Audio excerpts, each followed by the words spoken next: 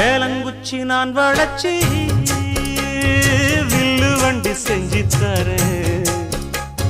வண்டியில வஞ்சி வந்தா வள்ளச்சி கட்டி கொஞ்சம் வர